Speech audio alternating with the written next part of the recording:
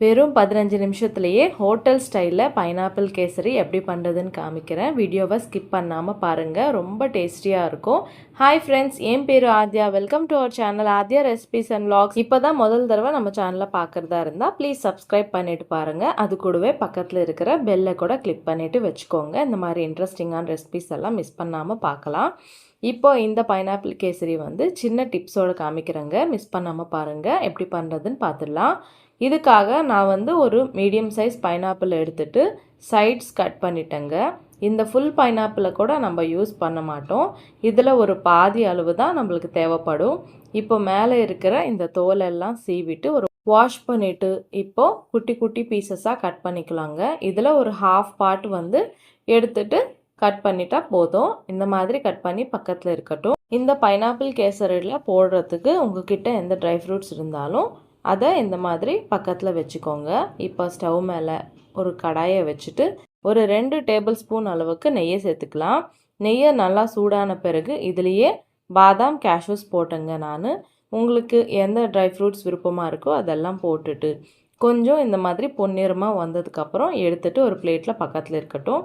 இதுலேயே கொஞ்சம் கிஸ்மிஸை கூட போட்டுட்டு நல்லா ஃப்ரை பண்ணிவிட்டு இது கூட இந்த மாதிரி டபுள் சைஸ் ஆன பிறகு எடுத்துட்டு ஒரு பிளேட்டில் பக்கத்தில் இருக்கட்டும். இப்போது அதே கடாயிலையே நம்ம கட் பண்ணி வச்சுட்ட பைனாப்பிள் பீசஸை போட்டுக்கணுங்க.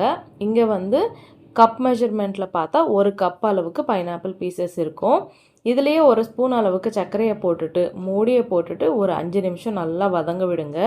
இந்த மாதிரி சாஃப்டாக வரணும். இப்போது இதெல்லாமே எடுத்துகிட்டு ஒரு பிளேட்டில் வச்சுக்கலாங்க. இந்த பைனாப்பிள் மெஷர்மெண்ட் 1 கப்பு ரவைக்கு 1 கப் பைனாப்பிள் பீசஸ் எடுத்துக்கிட்டிங்கன்னா கரெக்டாக இருக்கும். டேஸ்ட் கூட நல்லா இருக்குங்க.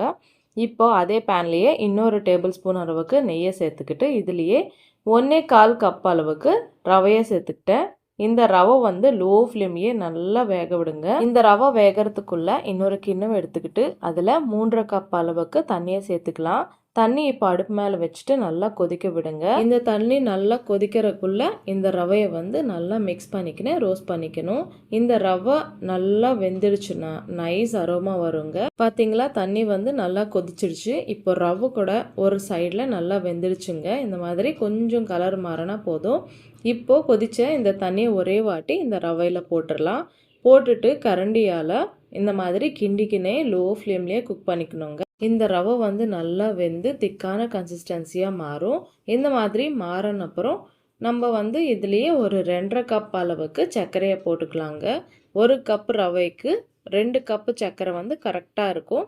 இதே மெஷர்மெண்ட்டில் பண்ணிங்கன்னா உங்களுக்கு பர்ஃபெக்டாக பைனாப்பிள் கேசரி கரெக்டாக வந்துடும். இப்போது நம்ம போட்ட சர்க்கரையெல்லாம் நல்லா கரைஞ்சிடுச்சுங்க.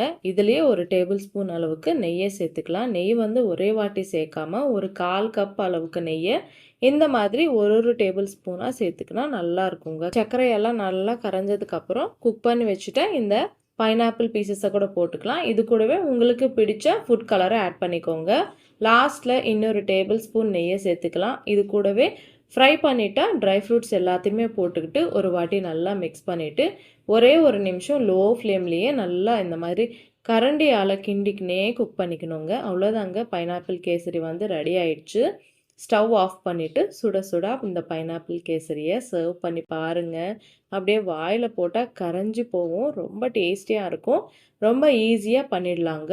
நீங்கள் கூட இந்த பைனாப்பிள் கேசரியை கண்டிப்பாக ட்ரை பண்ணிவிட்டு எப்படி இருந்ததோ எனக்கு கமெண்ட்டில் சொல்ல மறந்துடாதீங்க. இந்த மாதிரி நிறைய ரெசிபிஸ் பார்க்கணுன்னா நம்ம சேனலை கண்டிப்பாக சப்ஸ்கிரைப் பண்ணிக்கோங்க. இந்த வீடியோ உங்களுக்கு பிடிச்சிருக்குன்னு நம்புகிறேன். பிடிச்சா லைக் பண்ணுங்கள். உங்கள் ஃப்ரெண்ட்ஸ் அண்ட் ஃபேமிலிக்கு கூட இந்த வீடியோவை ஷேர் பண்ணுங்கள்.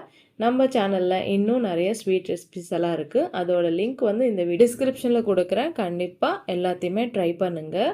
இன்னொரு இன்ட்ரெஸ்டிங்கான ரெசிபியுடன் உங்களை சந்திக்கிறேன். அது வரைக்கும் சைனிங் ஆஃப் உங்கள் ஆத்யா. பை.